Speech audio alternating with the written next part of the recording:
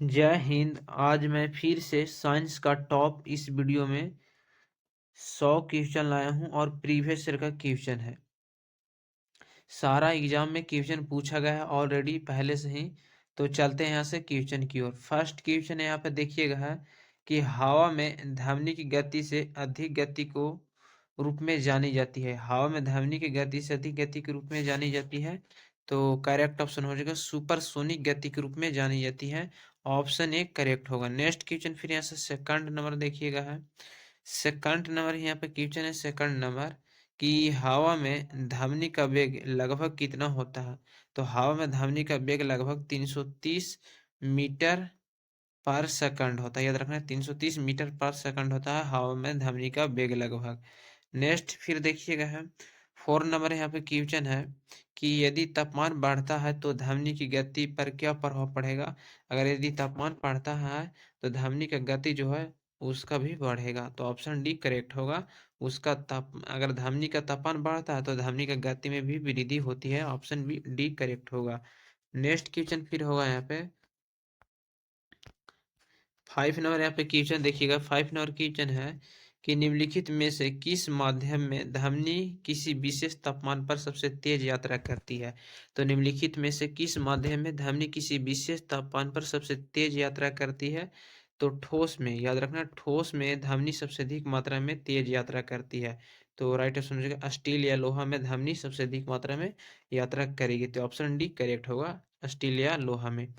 Next question फिर देखिएगा यहाँ पे 6 नंबर कि ध्वनि तरंगों में यात्रा नहीं कर सकती है। तो ध्वनि तरंगे में यात्रा नहीं कर सकती है। तो याद रखना ध्वनि की तरंगे जो है निर्वात में यात्रा नहीं कर सकती है। तो ऑप्शन डी करेक्ट होगा निर्वात में। याद रखना यहाँ पे निर्वात में ध्वनि की तरंगे यात्रा नहीं कर सकती है।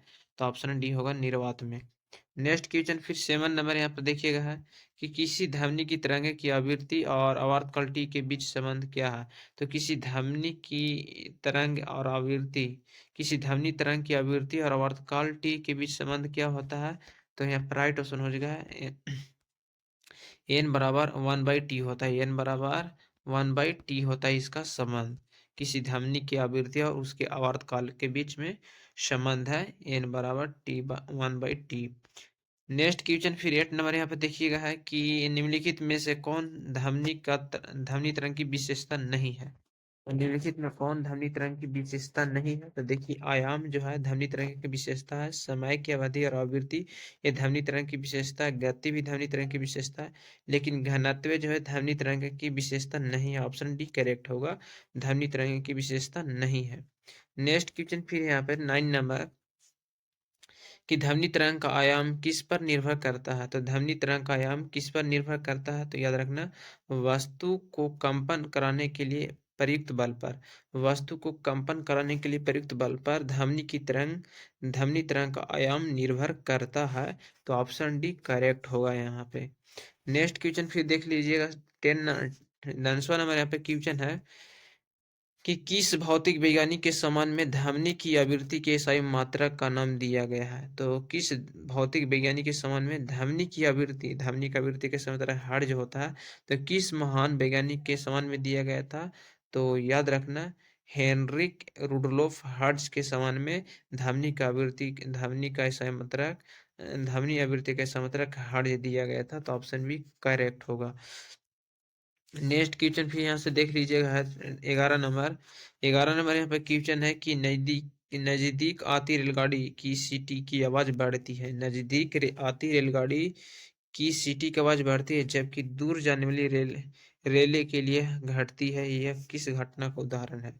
मान लिया जाए कोई एक रेलगाड़ी है और रेलगाड़ी जैसे ही नजदीक आती है तो उसकी सीटी की आवाज जो होती है हमें कानों में ज्यादा ज्यादा सुनाई पड़ती है, लेकिन जैसे ही रेलगाड़ी दूर जाती है तो उसकी सीटी की आवाज कम सुनाई पड़ती है। तो इस किस कारण से यह कम सुनाई पड़ती है। तो डॉपलर प्रभाव के कारण यह घटना घटती है। 11 का ऑप्शन डी करेक्ट होगा डॉपलर प्रभाव के कारण।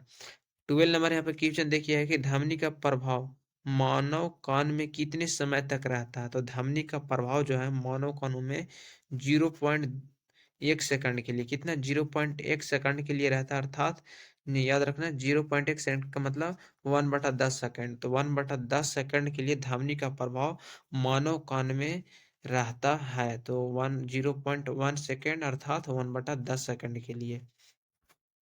नेक्स्ट क्वेश्चन फिर देखिएगा 30 नंबर यहाँ पे क्वेश्चन है कि ध्वनि प्रदूषण मापा जाता है। तो ध्वनि या ध्वनि का प्रदूषण मापा जाता है, तो याद रखना डेसिबल में ध्वनि का प्रदूषण मापा जाता है। ऑप्शन सी करेक्ट होगा यहाँ पे। नेक्स्ट क्वेश्चन फिर देख लीजिएगा है 14 नंबर क्वेश्चन है यहाँ पे कि ध्वनि की वह विशेषता जो एक मादा ध्वनि को नर ध्वनि से भिन्न करती है, क्या कहलाती है? देखो, पुरुष का जब भी आवाज जो होता है तीखा होता है, महिलाएं की आवाज जो होती है सुरीली होती है। तो ये किस कारण से होती है?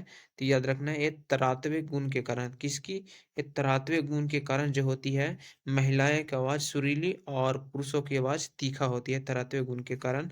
ऑप्शन ए करेक्ट होगा, तरातवे। नेक्स्ट क्वेश्चन फिर है यहाँ पे कि वायु में ध्वनि की चाल 332 मीटर प्रति सेकंड होती है। यदि दाब बढ़ाकर दुगना कर दिया तो ध्वनि की चाल में क्या होगी? तो बता दूं कि अगर ध्वनि की चाल 332 मीटर प्रति सेकंड है, तो यदि दाब बढ़ाकर दुगना कर दिया जाए तो ध्वनि की चाल में क्या होगी? तो वायु में ध्वनि की चाल कितना है? 332 मीटर प्रति सेकंड। ठीक है। और अगर हम लोहा में हम इस ध्वनि की यात्रा कर रही है, तो अगर लोहा को हम दूना कर दिया जाए तो ध्वनि का जो चाल होगा उस पर कोई प्रभाव नहीं पड़ता है। ध्वनि को चाल 332 रहे 440 रहे, अगर उसको हम वायु को बढ़ा रहे हैं तो वायु की गति में कोई परिवर्तन नहीं होता है ध्वनि के। तो राइट ऑप्शन हो जाएगा बी, 332 मीटर प्रति सेकेंड ही रहेगा। नेक्स्ट क्वेश्चन फिर यहाँ पर है 16 नंबर क्वेश्चन है यहाँ पे कि निम्न द्रव में से ध्वनि की सबसे तेज यात्रा करती है। तो निम्न द्रव में से सबसे तेज यात्रा ध्वनि कहाँ करेगी? तो याद रखना ध्वनि सबसे तेज यात्रा जो करेगी कहाँ? तो राइट ऑप्शन हो जाएगा यहाँ पे स्टील में। स्टील में जो है ध्वनि सबसे तेज यात्रा करेगी। तो ऑप्शन ए करेक्ट होगा, स्टील में। नेक्स्ट क्वेश्चन फिर है यहाँ पे 17 नंबर कि ध्वनि का तरातु किस पर निर्भर करती है? ध्वनि का तरातु जो है किस पर निर्भर करती है? तो राइट ऑप्शन है आवृत्ति पर ध्वनि का तरातु निर्भर करती है। ऑप्शन ए होगा। नेक्स्ट क्वेश्चन फिर देख लीजिएगा यहाँ से है 18 नंबर यहाँ पे क्वेश्चन है कि ध्वनि की प्रबलता लाउडनेस ध्वनि की द्वारा निर्धारित की जाती है। तो ध्वनि की प्रबलता जो है लाउडनेस ध्वनि के द्वारा निर्धारित किसके द्वारा निर्धारित किया जाता है? तो याद रखना है निर्धारित जो किया जाता है ध्वनि की प्रबलता ध्वनि के किसके द्वारा निर्धारित की जाती है? ध्वनि की प्रबलता तो ये निर्धारित जो की जाता है आयाम के द्वारा निर्धारित की जाती है ध्वनि की प्रबलता को आयाम द्वारा। ऑप्शन ए करेक्ट होगा। नेक्स्ट क्वेश्चन फिर देख लीजिएगा है 19 नंबर क्वेश्चन की तरंगे चमगादड़ों को उनके रास्ते में आने वाली बाधाओं को पता लगाने में मदद करती है। तो तरंग जो होती है चमगादड़ के चमगादड़ जो होती है उनके रास्ते में आने वाली बाधाओं को पता लगाने में कौन सी तरंगे मदद करती है? तो याद रखना है अति पाराध्वनि। अति पाराध्वनि जो है चमगादड़ को आने वाली बाधाओं को पता लगाने में मदद करती है, अति पाराध्वनि। ऑप्शन बी करेक्ट होगा। नेक्स्ट क्वेश्चन फिर यहाँ से देखिएगा है नेक्स्ट क्वेश्चन फिर है नंबर की रेडियो सक्रियता की खोज किसने की? तो रेडियो सक्रियता की खोज जो किए थे हेनरी बेकरेल ने किए थे। हेनरी बेकरेल ने किए थे, लेकिन रेडियो सक्रियता से निकलने वाली किरणों का खोज रदरफोर्ड ने किए थे। अल्फा बीटा गामा की किरणों का खोज रदरफोर्ड ने किए थे। नेक्स्ट क्वेश्चन फिर यहाँ से देख लीजिएगा 21 नंबर क्वेश्चन है यहाँ पे कि रेडियो सक्रियता के परिवर्तन में भाग लेते हैं। तो रेडियो सक्रियता के परिवर्तन में कौन भाग लेते हैं? तो याद रखना परमाणु का नाभिक जो है रेडियो सक्रियता के परिवर्तन में भाग लेते हैं परमाणु का नाभिक। नेक्स्ट क्वेश्चन फिर यहाँ 22 नंबर देखिएगा 22 नंबर यहाँ पे क्वेश्चन है कि रेडियो धर्मी की यूनिट क्या है? तो रेडियो धर्मी की जो यूनिट होती है क्या होती है? तो याद रखना है बेकरेल। बेकरेल रेडियो धर्मी की यूनिट होती है। करेक्ट ऑप्शन होगा सी, रेडियो धर्मी की यूनिट जो होती है बेकरेल होती है। नेक्स्ट क्वेश्चन फिर है 23 नंबर की हर्ट्ज क्या मापने की यूनिट है? तो हर्ट्ज जो है क्या मापता है? तो याद रखना हर्ट्ज के द्वारा तरंगों की आवृत्ति मापा जाता है। याद रखना तरंगों की आवृत्ति जो है हर्ट्ज के द्वारा ही निर्धारित की जाती है। ऑप्शन डी करेक्ट होगा। नेक्स्ट क्वेश्चन फिर है 24 नंबर इलेक्ट्रिक करंट की इकाई क्या है? तो इलेक्ट्रिक करंट की जो इकाई होती है याद रखना एम्पियर होती है इलेक्ट्रिक करंट की इकाई। ऑप्शन करेक्ट होगा ए।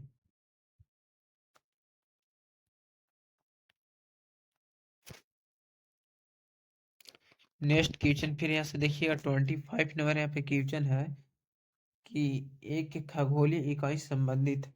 तो एक खगोलीय इकाई किससे संबंधित है, तो याद रखना एक खगोलीय इकाई जो संबंधित होता है सूर्य तथा पृथ्वी के बीच की औसत दूरी से संबंधित होती है एक खगोलीय इकाई।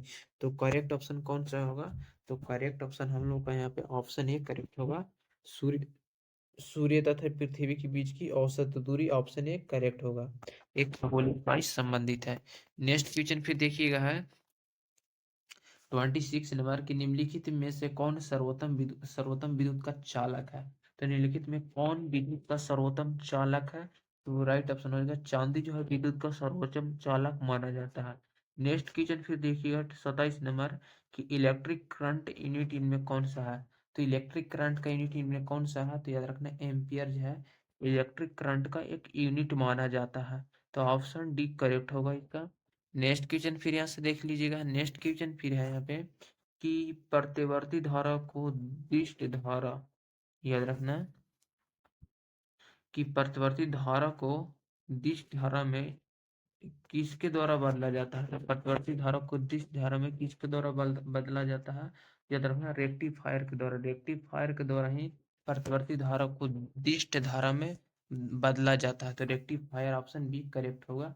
फिर नेक्स्ट है 29 नंबर की घरेलू विद्युत उपकरणों में प्रयुक्त सुरक्षा फ्यूजदार उस धातु से बनी होती है जिसका जो होता है गलनांक कम होता है। घरेलू विद्युत उपकरण में प्रयुक्त सुरक्षा फ्यूज किस तार की बनी होती है, किस धातु से बनी होती है, तो फ्यूज तार जो सुरक्षा फ्यूज उस धातु से बनी होती है जिसका गलनांक कम होता है। तो ऑप्शन सी करेक्ट होगा, गलनांक कम होगा यहाँ पे, याद रखना गलनांक कम होता है।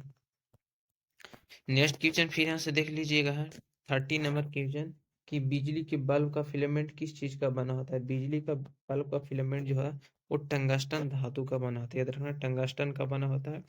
नेक्स्ट है 33 नंबर क्वेश्चन यहाँ पे कि ट्रांसफर किस पर काम करता है। तो ट्रांसफर जो है किससे काम करता है,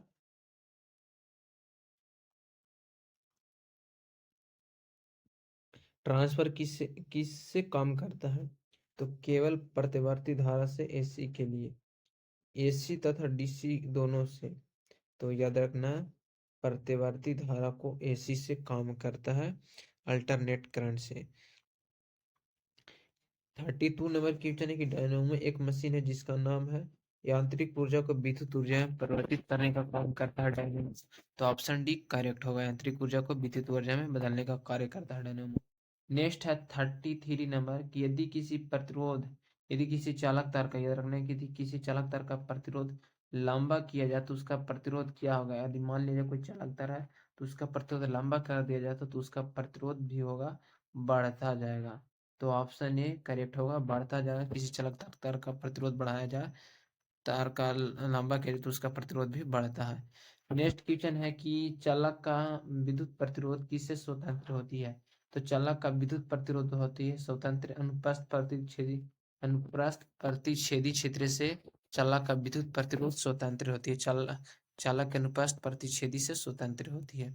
नेक्स्ट क्वेश्चन फिर यहाँ से देख लीजिए 35 नंबर है कि निम्न में से कौन ऊष्मा का बहुत अच्छा चालक है। तो ऊष्मा का सबसे अच्छा चालक पारा को माना जाता है, एजी को माना जाता है, याद रखना एचजी को, पारा को विद्युत ऊष्मा का अच्छा चालक माना जाता है। नेक्स्ट क्वेश्चन 36 नंबर क्वेश्चन यहाँ से देखिएगा है कि केल्विन मान से मानव शरीर का सामान्य तापमान है।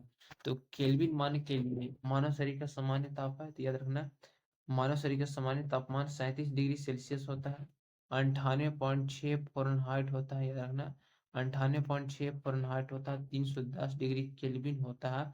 ये मानव शरीर के सामान्य तापमान का लक्षण है। तो ऑप्शन डी करेक्ट होगा, 10 डिग्री केल्विन ये मानव शरीर की सामान्य तापमान का लक्षण है। नेक्स्ट क्वेश्चन फिर देख लीजिएगा है 37 नंबर क्वेश्चन है यहाँ पे कि उष्मा उष्मा की संचरण की विधि होती है। तो चलन द्वारा, सम्मान द्वारा, विकिरण द्वारा, इनमें तीनों द्वारा उष्मा की संचरण की एक विधि है। तो ऑप्शन डी करेक्ट होगा। नेक्स्ट क्वेश्चन यहाँ से देखते हैं फिर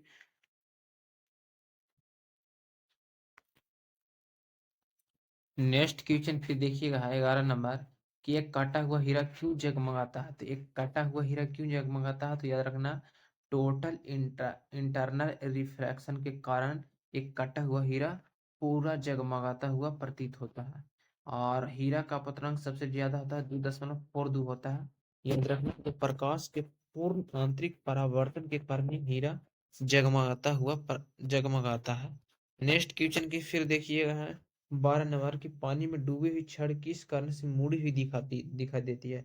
मान लीजिए ये बाल्टी है, और इस बाल्टी में यहाँ पे पानी भरा हुआ है, इसमें पानी भरा हुआ है, और इसमें एक छड़ी डाल दिया जाता है, तो इस प्रकार दिखाई देता है।